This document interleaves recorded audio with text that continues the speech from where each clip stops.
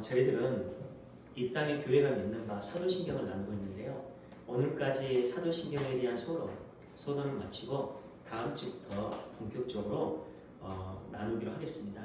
어느 날 예수님께서 기도로 십자가의 죽으심을 준비하기 위해 제자들과 함께 겟세마네 동산으로 올라가십니다.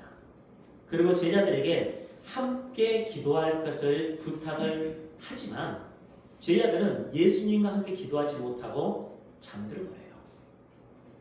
그렇게 기도를 마치고 내려오던 중에 유다의 배신으로 인해 로마 군인들이 예수님을 잡으러 옵니다. 그때 베드로가 군인 중에 한 명의 길을 잘라버려요. 당시에는 로마의 지배 아래에 있었기 때문에 베드로는 그 자리에서 죽임을 당할 수도 있어요. 베드로는 스스로 예수님을 가장 사랑했다고 생각을 했을 것이고 믿음이 가장 좋다고 생각했을 거예요. 그래서 예수님을 위해 과감하게 로마 병사의 길을 자를 수 있었던 것입니다. 그러나 성경은 제자들이 예수님과 함께 기도하지 않고 잠들었던 사건을 통해 베드로의 영적인 상태가 얼마나 엉망이었는지 어땠는지를 보여줍니다. 만일 그때 베드로가 죽임을 당했다면 구원받지 못했을 거예요. 물론 축원입니다. 베드로를 향한 하나님의 예정과 작전이 있었을 거예요. 하지만 아직은 아니었습니다. 그래서 하나님은 베드로의 죽음을 허락하지 않았을 거예요. 요한복음 2장 22절 죽은 자 가운데서 살아나신 후에야 제자들이 이 말씀하신 것을 기억하고 성경과 예수님께서 하신 말씀을 믿었더라. 이 말씀을 중심으로 봤을 때 예수님이 십자가에서 죽으시고 부활하시기 전까지는 베드로를 비롯한 제자들은 성경과 예수님의 말씀, 십자가의 사건과 그 사건의 본질을 믿지 못했어요. 믿음이 없었다는 것입니다. 그리고 그 사건 후에 비로소 하나님께서 인정하시는 믿음의 사람이 될 수 있었다는 거예요. 이처럼 믿음은 우리가 아무리 맞다고 할지라도 하나님께서 아니라고 하시면 구원받지 못합니다. 그러기에 하나님께서 인정하시는 믿음, 하나님께서 인정하시는 신앙생활을 하는 것이 굉장히 중요해요. 그 믿음의 본질로 살아갈 수 있도록 인도하는 안내서가 사도신경입니다. 사도신경은 성경의 복음 중의 복음이고 성도의 믿음이고 기독교 신앙의 핵심이라고 할 수 있어요. 사도신경은 우리가 믿는 믿음의 요약이고 기독교인들의 믿음을 대표하는 핵심적인 교리입니다. 그래서 교회의 이론이 되길 원하는 사람들에게 사도신경을 가르쳤고 세례를 받으려는 자들이 고백해야 할 믿음의 핵심이 사도신경에서 가르쳤던 성부, 성자, 성령님을 향한 믿음의 고백이었어요. 초대교회에서는 그것을 배우고 이해하고 받아들이고 믿음의 고백을 하지 못하면 세례를 받지 못했습니다. 그래서 개혁교회 예배 모범에는 사도신경으로 신앙 고백을 하는 순서가 공이 들어있어요. 루터, 칼빈, 쯔빙글리 모두 예배 모범에 사도신경으로 신앙 고백을 하는 순서를 공이 넣었습니다. 그것은 성도인 교회가 믿는 바를 가장 잘 요약하고 있고 사도들의 가르침 위에 선 하나님의 교회가 동의하고 숙지해야 할 사도들의 가르침의 핵심이 그 사도신경 안에 모두 들어있기 때문에 그래요. 쉬운 말로 성경 전체의 가르침을 크게 12개의 항목으로 헤드라인화해 놓은 것이 사도신경입니다. 사도신경에서 신경이라는 단어는 라틴어 크레도에서 파생된 단어인데 내가 믿는다, 내가 마음을 주다 라는 의미입니다. 따라서 사도신경은 사도들이 믿었던 바, 사도들의 모든 마음을 주었던 것이라는 뜻이에요. 사도들이 신앙의 핵심으로 여겼던 것이 사도신경이었다는 의미입니다. 사도신경은 예수님이 승천하신 후에 교회에서 믿어야 할 바를 12 사도들이 가르쳤던 내용이 사도신경입니다. 그래서 종교개혁자들은 사도신경을 아주 중요하게 강조했어요.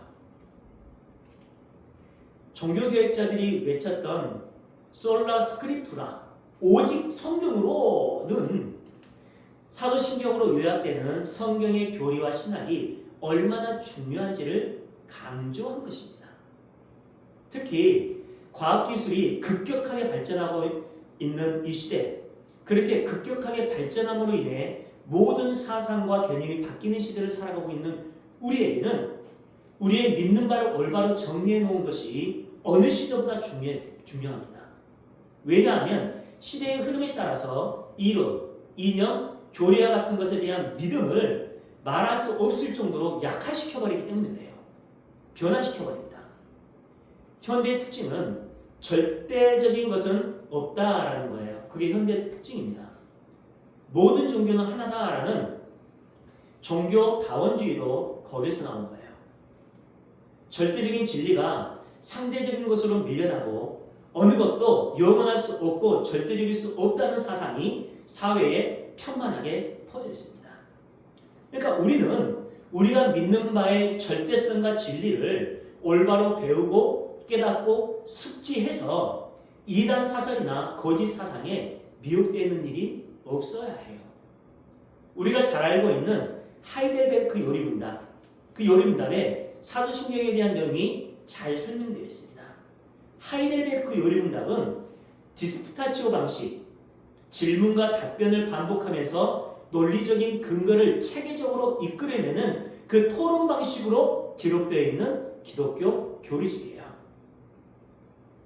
다음 스크린 보여주세요. 그 하이델베르크 요리문답 22번에 이런 질문이 있어요. 그리스도인이 반드시 필수적으로 믿어야 하는 것이 무엇입니까? 답입니다. 같이 읽어보겠습니다. 시작. 복음 안에서 우리에게 약속된 것 전부를 믿어야 합니다. 그것은 사도신경 안에 잘 요약되어 있는데 사도신경은 일반적이고 의심할 수 없는 기독교 신앙을 요약한著. 아멘. 사도신경을 거부하려면 이 하이델베르크 요리문답도 거부해야 하고 루터의 대요리문답과 소요리문답, 칼빈의 기독교 강요, 웨스트민스터 대요리문답과 소요리 문답까지 모두 거부해야 합니다. 그렇게 하이델베르크 요리문답도 기독교의 핵심 교리를 사도신경으로 주목하고 있습니다. 그렇다면 오늘은 그 사도신경의 역사와 생성 과정에 대해 살펴보겠습니다. 그리고 다음 주부터 사도신경을 세분화시켜서 나누도록 하겠습니다. 사도신경은 사도시대에 만들어졌기 때문에 사도신경이 아닙니다. 사도들의 가르침에 근거한 것이라는 의미에서 사도신경이에요. 교회 어디에 세워졌나요? 교회가 사도들의 가르침 위에 세워졌습니다. 그리고 그 사도들의 가르침은 신약 성경에 기록되어서 오늘날까지 우리가 배우고 믿고 있어요. 그리고 그 신약 성경은 구약 성경을 근거로 해서 기록되어 있죠. 따라서 교회는 반드시 사도들의 가르침을 숙지해야 합니다. 그 가르침이 사도신경 안에 기록되어 있어요. 현존하는 문서 중에서 사도신경과 가장 흡사한 신앙 고백이 2세기의 인물이었던 터툴리안의 기록이 나옵니다. 터툴리안은요 160년에 태어난 사람이니까 예수님께서 승천하시고 얼마 안 되었을 때의 일이에요. 그때 사람입니다. PPT 넘겨주세요. 이게 터툴리안의 기록이 나왔습니다. 우리 같이 한번 읽어보겠습니다. 시작. 전능하사 만물을 지으신 유일하신 하나님과 그의 아들 예수 그리스도를 믿사오니 그는 동정녀 마리아에게서 나시고 본디오 빌라도 아래에서 십자가에 달리시어 사흘 만에 죽은 자 가운데서 다시 살아나시어 하늘에 오르사 하나님 우편에 앉아 계시며 육체의 부활을 위해 산자와 죽은 자를 심판하러 오십니다. 아멘. 이것이 2세기 성도들의 고백이었던 신앙 고백이었습니다. 그 다음 넘겨주세요. 그리고 주 215년에 히폴리투스의 신앙 고백, 주 404년에 루피누스의 신앙 고백, 그리고 비슷한 시기에 아프리카 교회의 신앙 고백 등이 지금의 사도신경과 거의 흡사합니다. 그러나 이미 그 전에도 순교자였던 저스틴의 신앙 고백이나 네오투스를 치리했던 서머나 교회 장로들이 회의의 자리에서 고백하여 회의에 기록했던 그 신앙 고백, 그것도 지금의 사도신경과 대동소이합니다. 그렇게 지금의 사도신경과 대동소이한 여러 종류의 신앙 고백들이 교회 안에서 다양하게 사용되다가 6세기 말에서 7세기 초에 남부 프랑스에서 지금의 사도신경으로 확장되었어요. 그것이 주 710년에서 724년에 정식으로 보급된 공인된 문서로 텍스투스 립세투스에 의해, 이건 문서입니다, 교회 안에 편만하게 퍼지게 되었어요. 1516년에 최초의 그리스 다수의 사본이었던 그 TR, 텍스투스 립세투스가 나오게 됩니다. TR이라고 칭할게요.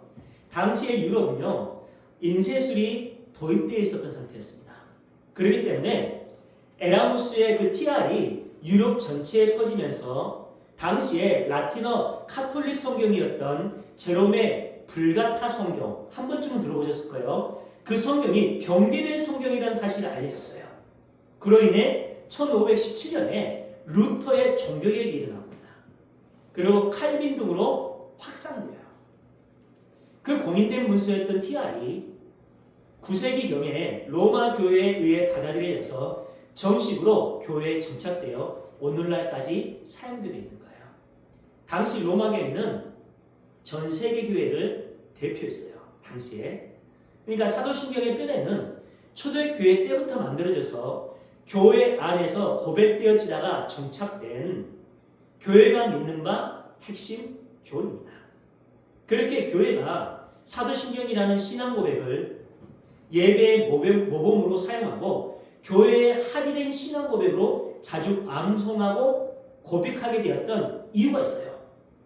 그 첫 번째 이유는 교회에서 성도라고 자처하는 자들에게 세례를 베풀 때 세례를 받을 만한 사람인가에 대한 표준으로 사도신경이라는 신앙 고백이 필요했습니다. 세례를 받겠다고 하는 사람이라고 해서 교회가 아무에게나 무조건 세례를 줄 수 없기 때문에 그때 필요했던 것이 그가 믿는 바를 확인하는 거였어요. 교회가. 근데 요즘 교회는 어떻습니까? 그런 절차 없이 무조건 세례를 주고 무조건 받아들이는 게 문제예요. 그러니까 교회는 세례를 받겠다는 사람들에게 무작정 세례를 줘서는 안 됩니다. 그런데 교회가 아무에게나 세례를 주고 군대에서는 어떻게 합니까? 옛날에 막 5,000명씩 넣고 물을 뿌려버려요. 그러니까 세례의 의미가 퇴색되어 버렸습니다. 어떤 본질인지도 몰라요. 세례는 예수님 안에서 죽고 예수님 안에서 사는 것이기 때문에 아무에게나 베풀어서는 안 돼요. 세례는 신앙 고백 위에 베푸는 것이고 그 신앙 고백은 그가 믿는 바를 확인하는 겁니다. 명확하게 확인하는 것. 그 사람이 올바로 믿고 올바른 신앙 고백을 할 수 있는 그런 믿음으로까지 가르치는 것이 사도신경이에요. 그리고 나서 그 신앙 고백을 확인하고 나서 교회에 멤버십을 줬어요. 그러니까 초대교회의 7위는 그 사람들의 교회 멤버십을 빼앗아버리는 거예요. 성찬식에도 참석하지 못하고 그 멤버십 역할을 하지 못하는 겁니다. 굉장히 무서운 책이었어요. 그게. 교회는 올바른 신앙 고백에 근거해서 교회 멤버십을 허락해야 해요. 즉 하나님의 예정과 작전 가운데 있는 구원받은 성도인지를 분별하는 기준으로 사도신경을 사용했다는 것이죠. 우리의 믿는 바가 다른 사람들과 함께 신앙생활을 할 수 없기 때문입니다. 그것이 안 되다 보니까 교회 안에서 우상 숭배가 일어나게 되고 성도들이 잘못된 신앙을 하고 있음에도 스스로 잘하고 있다는 착각을 하면서 교회에서 분열이 일어나는 일들이 비일비재하게 일어나고 있어요. 그러니까 신앙 고백서를 받아서 사도신경의 내용에서 벗어난 고백을 하는 사람들, 즉 기독교의 핵심 교리에서 벗어난 사람들은 교회가 개인적으로 복음을 가르쳐서 올바른 신앙 고백을 할 수 있도록 만드는 거예요. 그래서 올바른 교육이 굉장히 중요합니다. 사탄의 교만은 그걸 깨고 들어와요. 먼저 예를 들어보면요. 하나님의 창조를 부인하고 진화론에 빠져있는 사람들은 나는 전능하신 아버지 하나님 천지의 창조주를 믿습니다 라는 신앙 고백에서 걸려요. 그런 사람들은 교회 멤버로 받아들일 수 없어요. 그런데 교회 멤버라고 자처하는 사람들마저도 진화론에 빠져있는 경우가 많습니다. 변질시켜서 거기에 빠져있는 사람들이 있어요. 더 큰 문제는요. 교회가 그것을 지적하거나 가르쳐서 고치려는 노력이 없다는 게 문제예요. 두 번째, 예수님의 하나님 되심과 성자 되심을 믿지 않는 사람들은요. 그의 유일하신 아들 우리 주 예수 그리스도를 믿습니다 라는 신앙 고백에서 걸립니다. 그들 역시 교회 멤버로 받아들여서는 안 돼요. 근데 교회가 그것을 분류해서 치리할 만한 능력이 없다 보니까 WCC와 같은 종교 통합에 빠지게 되고 예수님이 아닌 다른 곳에서도 구원이 있다고 예수님이 없는 교회에 사람들이 차고 넘치는 경우가 너무나 많아요. 그것으로 구원받지 못합니다. 세 번째, 예수님의 부활과 승천과 다시 오심에 관한 약속을 믿지 않는 사람들은 장사된 지 사흘 만에 죽은 자 가운데서 다시 살아나셨으며 하늘에 오르사 거기로부터 살아있는 자와 죽은 자를 심판하러 오십니다 라는 신앙 고백에 걸립니다. 그런 사람들도 교회 멤버가 될 수 없어요. 그런 사람들에게는 교회가 세례를 베풀어서는 안 됩니다. 절대로 안 돼요. 그래서 교회가 성도로 결정하거나 세례를 주기에 앞서 반드시 사도신경과 같은 신앙 고백을 요구했던 거예요. 그래서 문답에 그런 게 있는 겁니다. 그리고 신앙생활을 하는 동안에도 계속해서 사도신경을 가르쳤어요. 초대교회에서. 둘째, 교회가 자녀들에게 신앙교육을 시킬 때 사도신경의 내용을 근거해 가르쳤습니다. 자녀들에게도 부모의 신앙을 물려주기 위해서는 성경이 지향하는 가장 기본적이고 핵심적인 요소를 알려줘야 했어요. 그때 신앙의 가장 기본적이고 근본적인 핵심 교리로 이루어진 사도신경이 자녀들의 신앙교육의 뼈대로 사용되었던 거예요. 초대교회. 세 번째, 교회에 사도신경이 필요했던 이유는요. 이단들의 사상을 물리치기 위한 목적이었습니다. 초대교회는 물론이고 2000년 교회의 역사를 보시면요. 이단과 거짓 교사들과 거짓 선지자들이 없었던 시대가 없었습니다. 예수님의 신성을 부인했던 아리우스, 하나님의 절대 주권을 인정하지 않았던 펠라기우스, 알미니우스, 우리가 자주 사용하는 그 알메니언주의, 영지주의, 신비주의, 세속주의, 기복주의 등등 이단들은요 한순간도 쉬지 않고 하나님의 백성들을 미혹해왔어요. 그게 믹싱이 되어서 비빔밥이 되어 있는 곳이 너무나 많습니다. 그때 하나님의 백성들에게 필요했던 것이 올바른 성경 교리입니다. 그래서 교회는 사도신경을 기준으로 해서 그 틀에서 어긋난 사람들이나 집단들을 이단으로 규정했어요. 교회는 한 믿음, 한 신앙 고백 안에 존재해야 하기 때문에 그렇습니다. 교회에는 여러 가지의 다른 종류의 신앙 고백이 절대로 있을 수 없어요. 에베소서 4장 4에서 6절입니다. 표준세 번역이에요. 우리가 이해하기 쉽게끔 되어 있는 성경입니다. 여러분이 부르심을 받았을 때 한 희망으로 부르심을 받은 것과 같이 몸도 하나요, 성령도 하나요, 주님도 하나요, 믿음도 하나요, 세례도 하나요. 하나님도 한 분이십니다.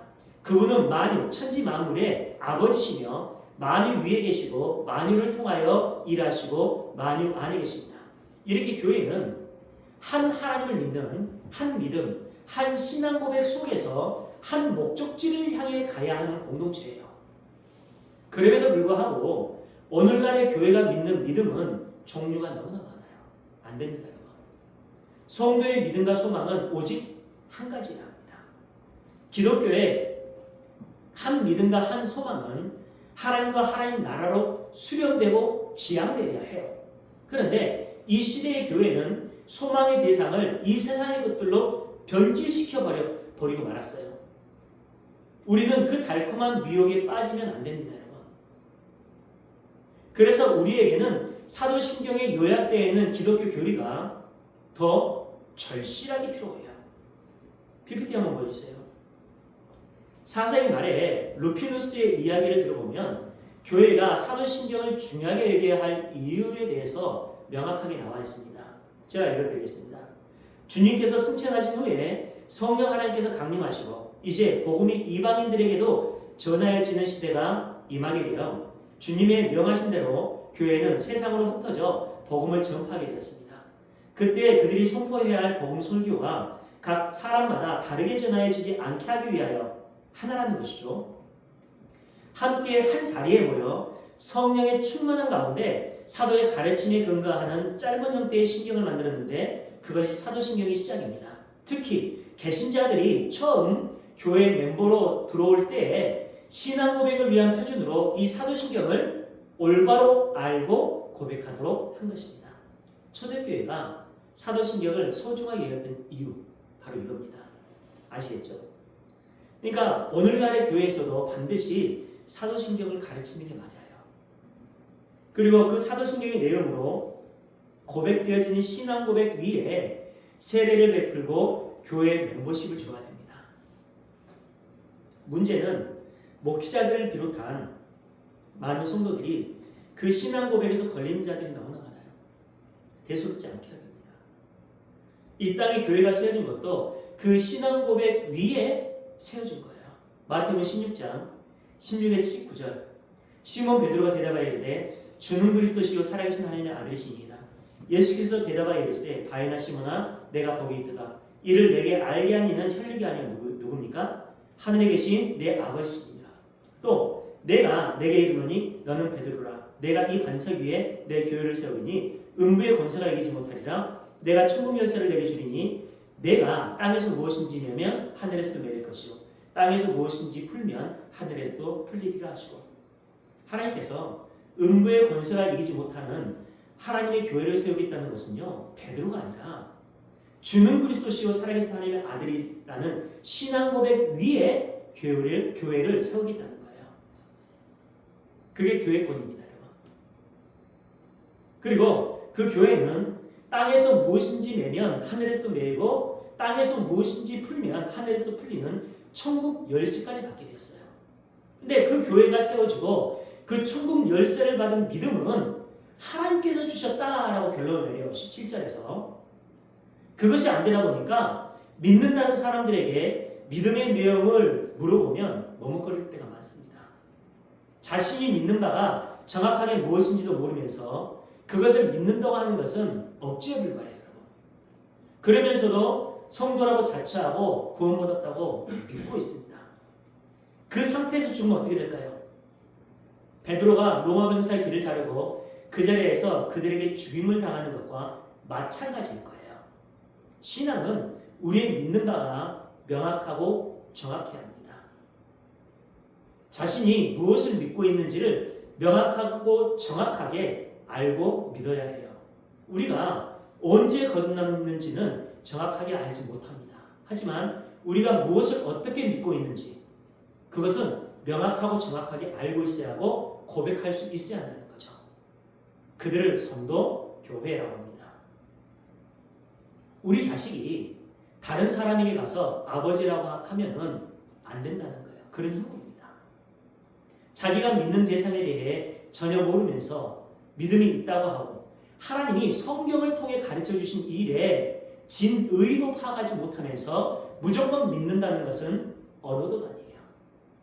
기독교의 신앙은 단순히 나는 믿는다라는 결단만으로 되는 것이 아닙니다. 믿는 바가 무엇인지를 알지 못하면서 어떻게 믿음으로 마음으로 믿을 수 있고 입으로 시인할 수 있겠습니까? 우리는 자신이 믿는 내용이 무엇인지를 반드시 이해하고 숙지하고 그 신앙의 내용이 내 안에서 잠자는 것이 아니라 불가항력적으로 고백되어지고 전파되어져야 한다는 거예요. 그게 성도의 삶입니다. 초대교회 교인들이 그런 삶을 살았다는 거예요. 그리고 그 고백으로 인해 삶의 열매가 나오게 되어 있습니다. 그 모든 것의 원동력은 하나님의 사랑이 기본 베이스가 된 하나님을 향한 성도의 사랑이어야 해요. 로마서 10장 9에서 10절입니다. 표준세 번역입니다. 앞으로 예수는 주님이라고 고백하고 하나님께서 그를 죽은 사람들 가운데서 살리신 것을 마음으로 믿는 사람은 구원을 얻을 것입니다. 사람은 마음으로 믿어 의에 이르고 입으로 고백해서 구원에 이릅니다. 예수님에 대해 복음에 대해 지식적으로 모르면서 마음으로 믿는다고 하는 것은 말도 안 된다는 거예요. 기독교는 무엇을 믿는지도 모르면서 무작정 믿는 신앙이 아닙니다. 그것이 안 되다 보니까 교회가 세상적인 부와 명예를 얻으면 그것이 믿음이라고 착각하면서 살아가고 있었어요. 그런 식으로는 구원받지 못한다는 거예요. 실존주의 철학자들이 말하는 것처럼 무조건 결단한다고 해서 되는 것도 아닙니다. 실존주의 철학자들은요, 논리적인 결론이나 인과관계의 그 결과가 아니라 한 인격체가 결과에 대해서 전적으로 책임질 수 있도록 결정하는 것을 실존주의의 핵으로 봐요. 반면에 그들은 상대적으로 결단의 내용을 무시합니다. 그러나 기독교는 결단의 내용을 매우 중요하게 여겨요. 너희들이 믿는 바가 무엇이냐는 거죠. 그러니까 믿음은 하나님과 우리의 인과관계에 의해서 결정되는 거예요. 그래서 관계가 중요합니다. 나를 사랑해 주시는 하나님, 나와 연합되어 있는 그 하나님이 어떤 분인지, 나를 선택해 주신 그분이 어떤 분인지, 그 연합적인 개념이 굉장히 중요하다는 거예요. 우리가 진정한 성도라면 하나님께서 우리를 위해 행하신 일이 무엇인지를 성경을 통해 배우고 이해하고 믿어야 한다는 결론이에요. 우리가 연합되어 있는 하나님의 영이 우리를 그곳으로 이끌어갑니다. 그랬을 때 교회는 그 사람을 하나님의 백성으로 받아들여야 해요. 우리에게 당신은 무엇을 믿는가라고 물어보면 예수님을 믿는다라고 대답하면서 동시에 그 예수님이 누구인지를 설명할 수 있어야 한다는 거예요. 그 예수님이 우리를 위해 무엇을 했는지까지 그 내용을 명확하게 말할 수 있어야 한다는 거예요.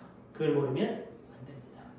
우리는 그걸 너무나 기가 닳도록 들어서 명확하게 알고 있어요. 그 해답을 명확하게 제시하는 것이 사도신경입니다. 우리는 그 사도신경으로 요약되어 있는 성경, 즉 성도가 믿는 바가 무엇인지를 사도신경을 통해 정확하게 알고 믿어서 힘들고 어려운 신앙의 여정 동안에 하나님의 위로와 격려와 용기를 얻을 수 있길 바랍니다. 그리고 거짓 선지자들이나 거짓 교사들의 미혹에 절대로 흔들리지 않는 우리의 신앙의 여정이길 주님의 이름으로 축원합니다. 기도드리겠습니다.